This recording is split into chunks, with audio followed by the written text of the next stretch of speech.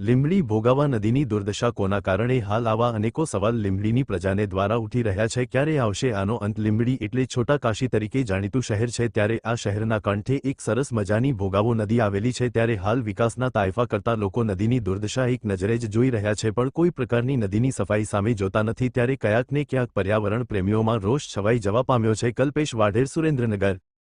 હું નીલેશ ચાવડા, રાષ્ટ્ર નિર્માણ પાર્ટી। લીંબડી જે ભોગાવો નદી છે એની અંદર પુષ્કળો બાવળ ઉગી ગયા છે। તો આ બાવળો કોઈ નગરપાલિકા તંત્ર કોઈ પણ સાફ સફાઈ કરવામાં આવતી નથી, તો મચ્છરોનો ઉપદ્રવ એટલો બધો વધતો જાય છે।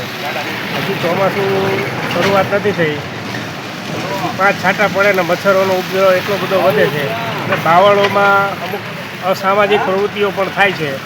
તો નગરપાલિકા તંત્ર અને ચીફ ઓફિસરશ્રી આ બાવળો જો દૂર કરવામાં આવે તો લોકો જે ગંદકી અને મચ્છરોનો જે અસંખ્ય મચ્છરો એની અંદર રહે છે। આ ગ્રાન્ટો આવતી હોય છે, પણ નદીની અંદર બાવળો કોઈ પણ ભોગે સાફ કરવામાં આવતા નથી અને ગ્રાન્ટો જે એમ કે કેટલની આવતી હોય તો કેટલની ગ્રાન્ટ પણ ખાઈ જવામાં આવે છે। એમ બધી ગ્રાન્ટોનો કોઈ ઉપયોગ થતો નથી, એ બીજી જગ્યાએ વાપરી નાખતા હોય અને જે કામ કરવાનું હોય એ કામ થતું નથી। આ નદીની આવી દશા જોતા જે પર્યાવરણ પ્રેમીઓમાં કેવી લાગણી છે?